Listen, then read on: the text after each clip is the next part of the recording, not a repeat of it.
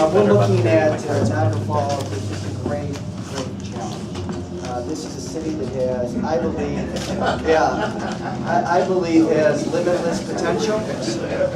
Limitless potential. I say that not only do you have a waterfront, you probably have the best waterfront in the world. You're absolutely right. Yeah. And you consider that 14 million people visit Niagara Falls, Canada, every single year, and that Niagara Falls, New York is in boom. Something is fundamentally wrong. And I know it's a decades-old problem, and it's much like trying to redevelop Buffalo's waterfront. There are all kinds of institutional and physical barriers in front of us. But what we've done in Buffalo, I see as a good model for Niagara Falls. The good thing is Niagara Falls, the bad thing is you have about half the population you did in 1960. The good thing is it's a population that you can work with. And we recognized in the city of Buffalo, I'll give you an example. Waterfront development was something that was talked about in Buffalo, but it was an elusive goal. There were 5 different master plans for Buffalo's waterfront. They all said the same thing. We took those plans and we read them. And what we concluded from that was the plan said to us, get to work, create things, build things. You don't have to do more master planning. And 5 years ago, there's a place called Canalside, which is a public place. It was built with public money. The idea was to use the public money to leverage private sector investment. So Canalside, last year we had 425 events. Attracted over 700,000 people from all over Western Europe and Southern Ontario, carrying money with them into our community and spending it. 5 years ago there were no events at Canalside. There were no people visiting Canalside because Canalside didn't exist. This year we planned 600 events, and we are projected to attract over 1.2 million people from all over Western Europe. But here's the more important thing. Canalside influenced the development of the old World Memorial Auditorium lot. It's under construction today. It will be completed this time next year. It'll feature an outdoor skating rink that'll be 3.5 times the size of Rockefeller Center in New York City. In 7 development parcels, we will issue requests for proposals to get private sector investment into Canalside. That will produce more property tax revenue, more sales tax revenue, and positive economic activity. Because of that, directly across the street, a building that had been sitting vacant for 10 years, the old state office building, the government office building, is going through a $30 million private sector investment, which will house a very prestigious law firm in Western New York called Phillips Lytle. They could have been anywhere in Western New York. They decided to stay right here and be part of Canalside. Directly across the street from that, the Buffalo Sabres have been designated developer for a $123 million private sector investment. So you see where the $50 million investment in Canalside leveraged well over $300 million in private sector investment, creating an attractive waterfront, but also creating the conditions to make the waterfront an attractive place for private sector investment. Creating jobs, diversifying the economy. This area has at least as much potential. All of this was driven by the fact that we were able to win a $279 million settlement against the New York Power Authority back in 2007. Bill remembers that very, very well. And we structured the settlement in a way where it just couldn't be used for any purpose. It couldn't fall into the big black hole of municipal government. It had to be used for waterfront development. And that's made all the difference in the world. The fact that Buffalo got almost $300 million, Niagara Falls should have gotten that much. To be very honest with you. Now, I don't know where our leverage is, but we're going to find leverage. Be it the bully pulpit, we produce results in conventional ways and non-conventional ways. But here's what I do know. There's another power project that's far east of here that's up for relicensing in 2019. The Niagara Power Project subsidizes that operation. So if we need to, we will use that as leverage because they have to file a license with the Federal Energy Regulatory Commission. And that's who we challenged to do the Buffalo settlement back in 2005 and 2007. So I just want to work with all of you. There's a lot of good ideas here. There's a lot of good quality elected officials. But I think everybody has concluded that this is an extraordinary city. It's an international city, drawing people from all over the world, and the potential of this city is limitless. And I just don't want to look back, however long I'm given this opportunity to represent this area in Congress and this city in Congress. I don't want to look back in 5 or 10 years and say we should have done that or we should have done that. Neither should you. Neither should you. So it's a new day. I think we have reason to be optimistic. We work very, very hard. I come from bricklayers. You know, my dad, my grandfather, and uncles, they were great union guys Monday through Friday. But on the weekends, they got paid by the job. No hourly wages. I was their laborer. So at 12 years old, we were on the job site at 5 o'clock in the morning, because whether it was a fireplace, whether it was a brick facade for a building, you had to get it done. And we only had Saturday and Sunday. And I will tell you, on more than one occasion, we had the car lights illuminating the building that we were working on because we couldn't afford to leave when it got dark out. So we worked till 11, 12 o'clock at night, just getting it done, whatever it takes to get it done. And I think that's a good lesson for all of us, whether we're building communities, we're building cities, and this city is going to know that we were here. So what is your list of projects, your priorities tonight? I don't, you know what, I don't have, I think the infrastructure piece is very, very important with respect to the Robert Moses Parkway.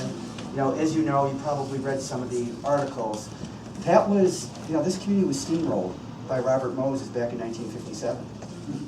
He displaced people, and he built this elevated parkway which cut off the city from the gorge and the river. So they built it. They own the land on which it sits. They should be responsible for fixing it. And I just think that when you look at, nobody has money in government. Everybody's in an austerity mode. The one place that has money is the New York Power Authority, and there's only one place they get it, the Niagara Power Project. And give you an example of that, in 2008, at the end of the fiscal year, the New York Power Authority booked a surplus of $308 million for that year. Now that's, I know the Power Authority very well, that's after a lot of questionable expenditures. Sweeps, exactly, sweeps, you're right. And what Ken's talking about is the New York Power Authority will give the state of New York $100 million just to help balance the budget.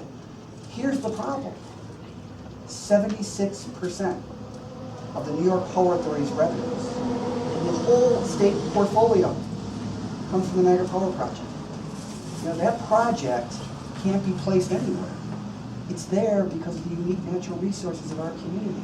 We don't make an economic claim to other people's natural resources that help drive their economies. Why is it that everybody's making a claim to ours? So I think that's a big piece, first and foremost. But I think, you look at the great Italian-American heritage, tradition, right here in Niagara Falls. What do people do when they go on vacation to Niagara Falls, Canada? They want to go places to eat. They want to have an arts and cultural community. So I don't think you want to be Niagara Falls, Canada. I think you want to be something that attracts the people that visit Niagara Falls, Canada. So I think, I think more of Niagara on the Lake. I think more of the Italian North End in Boston. It's like 150 family-owned restaurants that people flock to from all over the state of Massachusetts and all over the country. So and you look at the Culinary Arts Institute here, the marriage of that objective, that aspiration, and the redevelopment of the city, I think is very, very profound.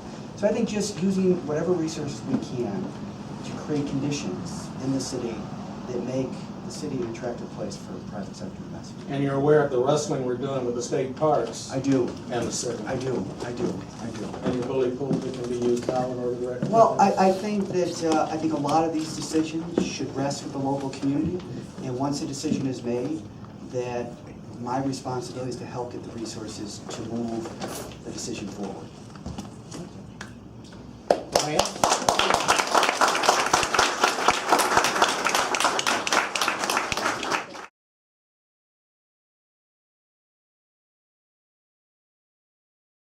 Welcome Congressman Higgins and Mayor Deister. And we're in Congressman Higgins' new digs here on Park Place in Niagara Falls. And you know, Mayor, I know you were instrumental in helping introduce this building to Congresswoman Slaughter. And it's been a nice location. The staff here has been servicing the constituents well, I think. So what do you think? Have you? Well, we're excited. We're here at the new digs in the new congressional office in Niagara Falls, which is a story building, I'm told. And but we're in the mayor's city, and we share a passion that he has and a vision for this city.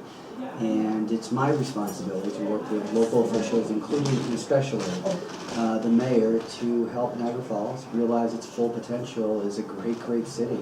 You know, we talk about waterfronts in Buffalo. This is probably the greatest waterfront in the world, and it's a destination of millions of people every year. And we want to help the mayor, and he has been working very hard over the last several years to unleash the limitless potential of this great city. I see Niagara Falls, you know, while a smaller city than Buffalo, very much the same. You know, great pride, great resilience, great work ethic, and I think the combination of those things speak well to the future viability of this city, both in terms of economics, but also in terms of life quality as well. Right.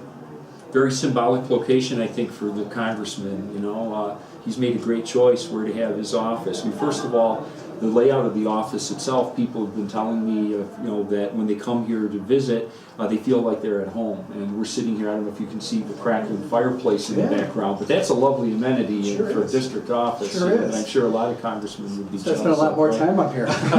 Well, and I'd like to point out, I think, you know, from this window to the window of my office at City Hall is maybe all of 200 yards, right? And so I think that's indicative of what's going to be a really strong working relationship that we have already with the congressman, and it's just going to get stronger and stronger as the years go by. And we think that you're going to be representing us for a very long time, at least as long as you would like to, Congressman. Thank you. Higgins, going into the future. You've also picked a neighborhood that, as you've said, is an historic district. It's also the district that is targeted for our downtown housing initiative. So you're right at ground zero of the place where we're trying to bring creative new people into the city, get them to be urban pioneers for us in neighborhoods that are not the greatest neighborhood in the city, not the most challenged neighborhood in the city, but somewhere in between, which we think is the real pressure point for trying to move things forward. And finally, you're in a neighborhood just 150 yards from the edge of the Niagara Gorge, where we think finally doing something to resolve the issue of the Robert Moses Parkway could lead to a dramatic change in property values and quality of life for people in this neighborhood. So, you know, I'm sure that all of these factors in some way, you know, came into your decision to locate here, but you couldn't have picked a better place to set up shop in Niagara Falls. Well, we're pleased to be here. We're pleased to be part of the city and part of the great tradition that you've established, and so many other elected officials here. And we just again want to work together just to move this city forward. It's a great city.